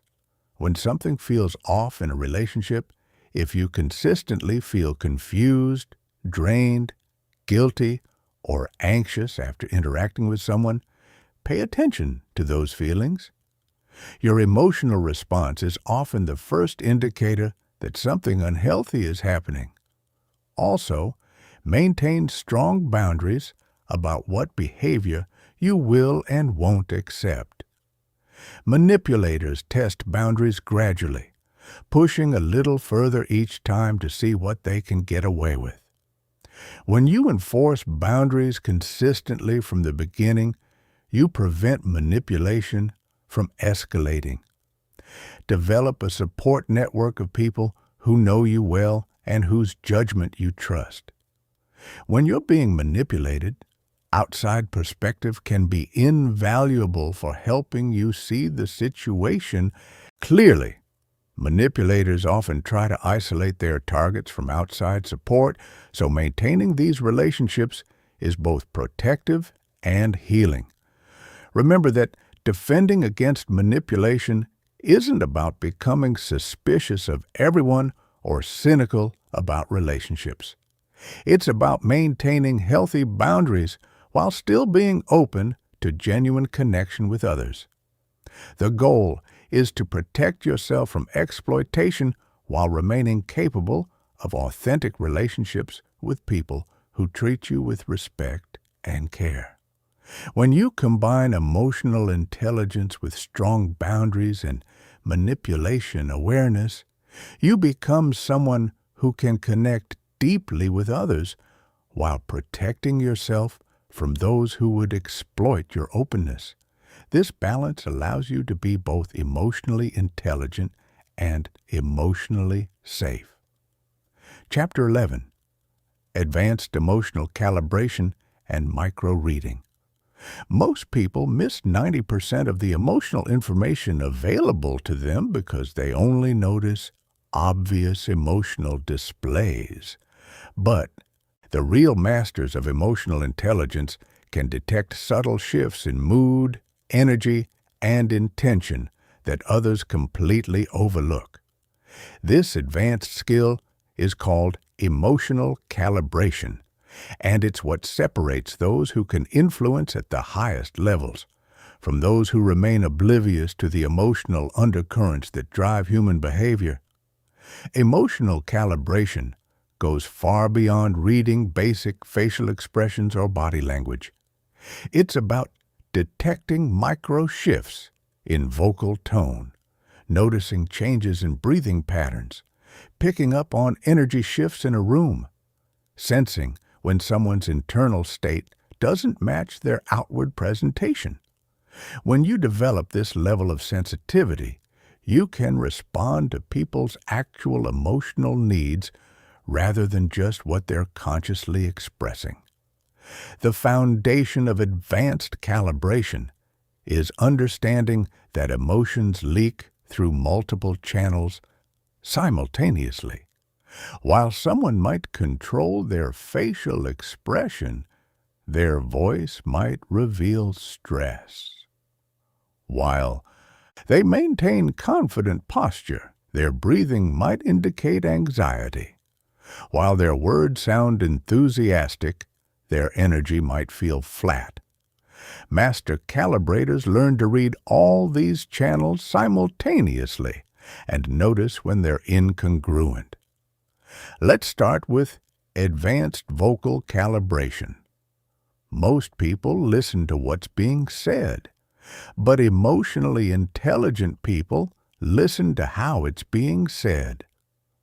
Voice carries emotional state in ways that words cannot hide. When someone is genuinely excited, their voice has natural variability, energy, and resonance. When someone is faking excitement, their voice often sounds forced with artificial inflections and inconsistent energy. Listen for micro-hesitations that indicate uncertainty or internal conflict. Pay attention to slight changes in pitch that suggest emotional shifts. Notice when someone's vocal energy doesn't match the content of what they're saying. These incongruences reveal the difference between what someone is thinking and what they're actually feeling.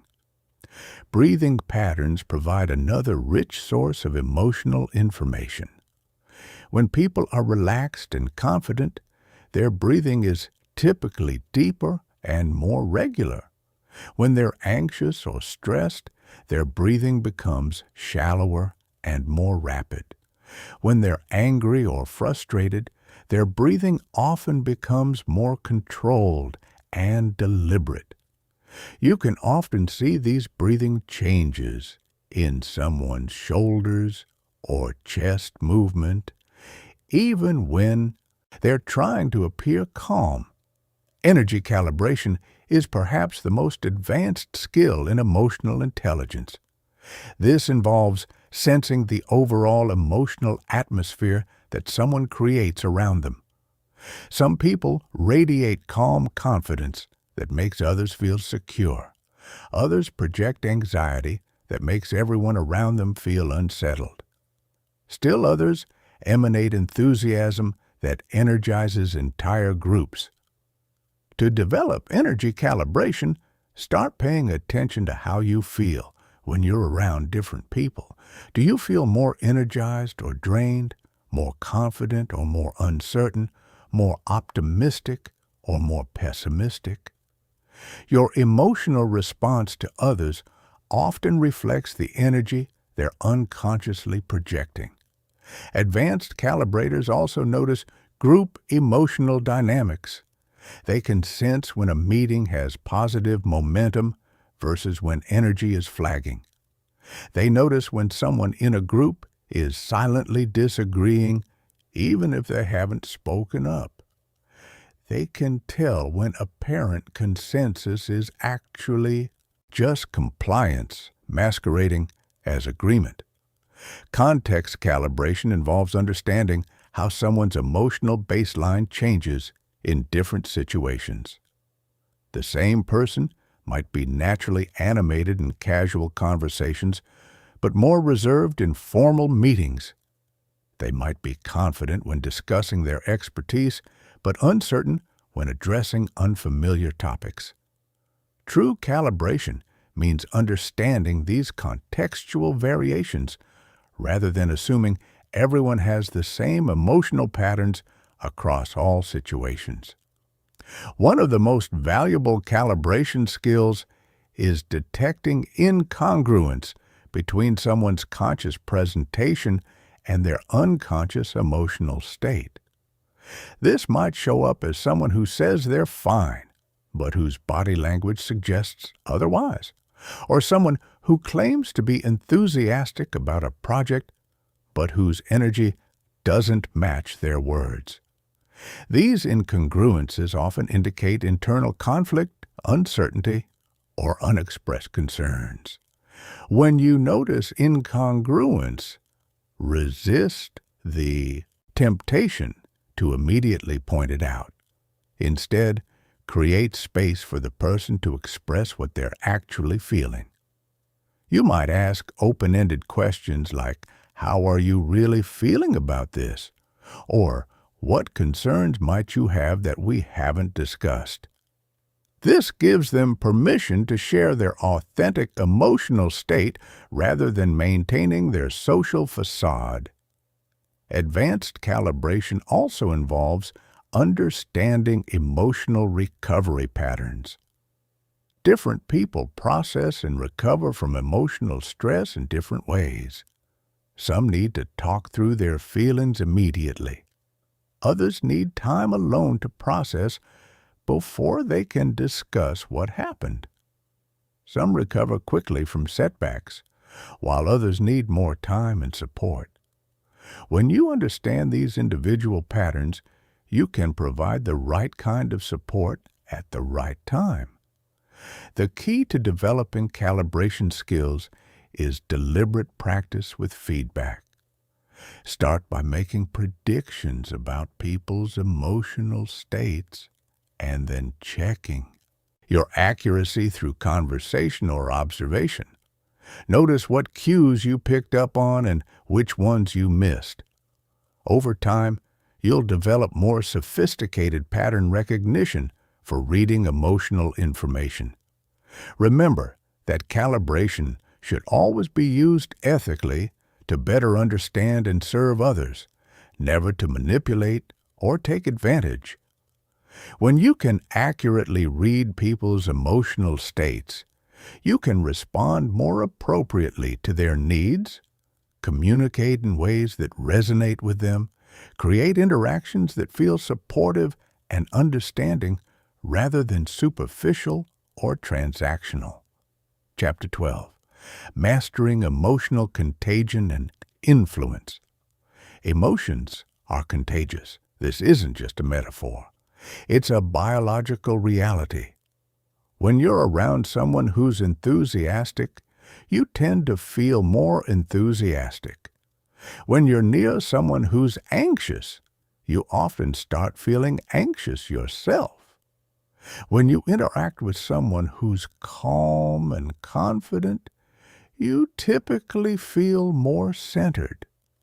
This phenomenon is called emotional contagion, and understanding how to leverage it ethically is one of the most powerful skills you can develop.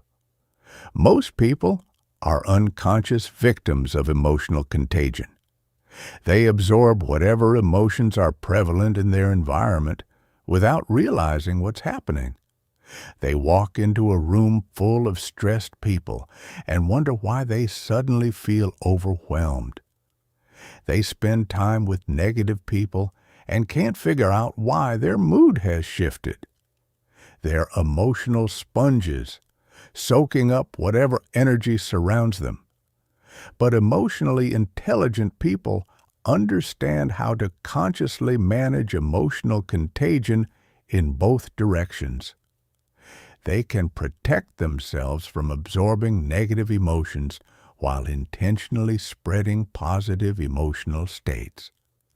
They become emotional leaders who elevate the energy of every room they enter rather than being dragged down by whatever mood happens to be present. The science behind emotional contagion involves mirror neurons, which automatically fire when we observe others' emotions, essentially making us feel a diluted version of what they're experiencing. This happens below the level of conscious awareness and much faster than rational thought. By the time you consciously recognize someone else's emotional state, you've already begun to experience it yourself. This is why the emotional state you bring to interactions matters so much. If you're genuinely enthusiastic, others will begin to feel more enthusiastic. If you're authentically calm under pressure, others will feel more centered. If you're genuinely curious and engaged, others will become more open and creative. Your emotional state becomes the foundation for the emotional tone of the entire interaction. But here's the crucial distinction. Authentic emotions are contagious, while fake emotions typically aren't. People can unconsciously sense when emotions are genuine versus performed. If you try to fake enthusiasm or confidence, others will pick up on the incongruence and may actually feel more suspicious or uncomfortable rather than being positively influenced. To leverage positive emotional contagion, you must first master your own emotional state. This means developing the ability to generate authentic positive emotions, even in challenging circumstances. It's not about pretending everything is perfect when it's not. It's about finding genuine reasons to feel optimistic, curious, or engaged, regardless of the immediate situation. One technique for generating authentic positive emotions is called purposeful reframing. Instead of just trying to think positive thoughts, connect your current situation to something you genuinely care about. If you're facing a difficult conversation, reframe it as an opportunity to strengthen the relationship. If you're dealing with a challenging project, see it as a chance to develop new skills. When the reframe connects to something you truly value, the resulting positive emotions will be authentic and contagious. Another powerful technique is embodied emotion generation. Your physical state influences your emotional state, and others pick up on both. If you want to feel and project confidence, adopt confident posture. Breathe deeply. Move with deliberate purpose. If you want to create a sense of calm engagement, relax your facial muscles. Maintain steady eye contact. Speak in measured tones. The physical changes will generate authentic emotional shifts that others will unconsciously mirror. Energy management is crucial for sustained emotional leadership. You can't consistently project positive emotions if you're emotionally depleted. This means taking care of your physical health, managing your stress levels, maintaining activities that energize you, setting boundaries that prevent emotional burnout. Think of yourself as an emotional athlete who needs to maintain peak condition to perform effectively. Advanced emotional contagion also involves understanding group emotional dynamics. When you enter a group, there's typically a prevailing emotional tone that everyone is unconsciously matching. Sometimes this tone serves the group's objectives, but often it doesn't. A team might be stuck in frustration when they need creativity. A meeting might be dominated by anxiety when calm analysis would be more productive. A negotiation might be tense when collaborative energy would create better outcomes. Skilled emotional leaders can shift group energy by consciously introducing a different emotional tone. This doesn't mean being inappropriately cheerful during serious discussions or artificially enthusiastic about bad news. It means bringing the emotional energy that the situation actually requires for optimal outcomes. If a group is stuck in analysis paralysis, you might introduce decisive energy by asking action-oriented questions and speaking with conviction. If a team is rushing toward a poor decision, you might slow things down by demonstrating thoughtful reflection and asking everyone to consider long-term implications. If people are becoming defensive during conflict, you might shift toward collaborative energy by acknowledging everyone's valid concerns and focusing on shared objectives. The key to ethical emotional influence is ensuring that the emotions you're spreading actually serve everyone involved. You're not trying to manipulate people into feeling things that benefit only you. You're creating emotional conditions that help everyone think more clearly, perform more effectively, achieve better outcomes. Emotional contagion also works through storytelling and metaphor. When you tell stories that evoke specific emotions, listeners often begin to feel those emotions themselves. If you tell stories of overcoming obstacles, others feel more resilient. If you share examples of creative breakthroughs, others feel more innovative. If you describe moments of collaboration and trust, others become more willing to cooperate. Remember that emotional leadership is a responsibility as much as it is a skill. When people are influenced by your emotional state, you have an obligation to ensure that influence serves their highest good as well as your own objectives. Use emotional contagion to elevate others, not to control or exploit them. Chapter 13 to 15, Your Path to Emotional Mastery. Let me be honest with you. Everything you've learned so far means absolutely nothing if you don't implement it. Knowledge without action is just entertainment. And I didn't share all of this with you so you could feel inspired for a day and then go back to your old patterns. Here's what separates the top 1% from everyone else. They commit to deliberate practice. They take what they learn and systematically integrate it into their daily life until it becomes second nature. They understand that emotional intelligence isn't a destination you arrive at. It's a practice you commit to for life. So here's your roadmap. For the next 90 days, you're going to transform how you operate in the world, not through motivation or willpower, but through systematic skill development that compounds over time. Days 1 to 30. Building your foundation. Start with self-awareness. Set hourly reminders on your phone. When they go off, pause for 30 seconds and identify what you're feeling. Don't judge it. Just observe it. Track your emotional triggers in a journal. Notice what makes you defensive, what makes you anxious, what makes you reactive. These patterns are your roadmap to growth. Practice the physiological reset technique whenever you feel emotions escalating. 4 counts in, 4 counts hold, 6 counts out. Make it as automatic as checking your phone. Days 31 to 60.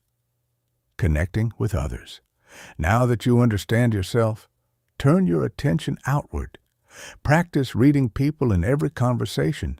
Notice facial expressions, body language shifts, vocal tone changes.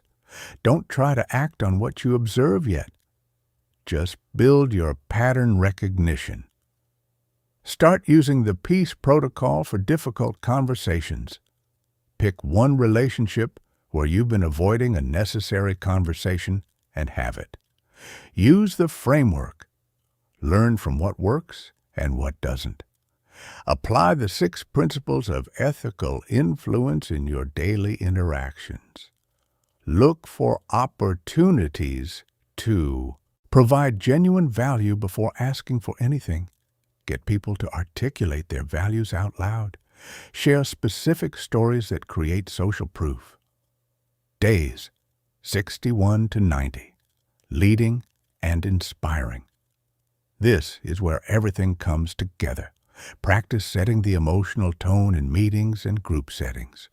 Work on generating authentic, positive emotions and spreading them through your energy and engagement. Notice how your emotional state affects others. Develop your social leadership skills. Take responsibility for creating engaging interactions rather than hoping they go well. Connect people who should know each other. Share resources that solve real problems. Build relationships like the strategic asset they are. The daily non-negotiables. Every morning, spend 10 minutes setting your emotional intention. What state do you want to maintain? How do you want to respond to stress? What kind of energy do you want to bring to your interactions? Every evening, spend 10 minutes reviewing your day. What went well emotionally? What could you have handled better? What patterns are you noticing? This reflection consolidates your learning and accelerates your growth. Here's what you need to understand. Emotional resilience isn't about never struggling. It's about recovering quickly when you do. You'll have days when you forget to practice, days when you handle situations poorly despite your best intentions, days when you feel like you're not making progress. That's normal. That's expected. The people who succeed aren't those who never stumble. They're the ones who keep practicing after setbacks. Track your progress with concrete metrics. Count how many times you successfully pause before reacting. Note how often people open up to you, more than usual. Observe how frequently others seek your perspective during difficult situations. These indicators will show you that your skills are developing even when progress feels invisible. The truth about transformation. Remember Sarah from the beginning? The colleague who got promoted over me? Here's what I didn't tell you. 3 years later, I got promoted 2 levels above where she ended up. Not because I sabotaged her, because I finally understood what she knew intuitively. Success isn't about being the smartest person in the room. It's about understanding people, managing emotions, building genuine relationships, influencing ethically. The investment you make in developing emotional intelligence will pay dividends in every relationship, every opportunity, every challenge you face for the rest of your life. You'll become someone people trust, someone they want to work with, someone they turn to when things get difficult. But this only happens if you commit to the process, right now, not tomorrow, not when conditions are perfect, now. Because the version of you that masters emotional intelligence is the version that creates the life you actually want, not just the life that happens to you. Your next step. Close this and immediately set 3 alarms on your phone for emotional check-ins today, right now. That's your first act of commitment. Then tonight, spend 10 minutes journaling about your emotional triggers. What made you react today? What patterns do you notice? These small actions compound. In 90 days, you'll look back and barely recognize the person you were when you started this journey. You'll read people like open books. You'll navigate difficult conversations with confidence. You'll influence outcomes without manipulation. You'll build relationships that become your greatest asset. But only if you start now. The world needs more emotionally intelligent people. People who can lead with empathy, influence with integrity, connect with authenticity. People who understand that the invisible forces of emotion and psychology govern everything that matters in human life. That person can be you, will be you, if you commit to this path. Everything changes when you master emotional intelligence and social skills. Everything. Now go make it happen.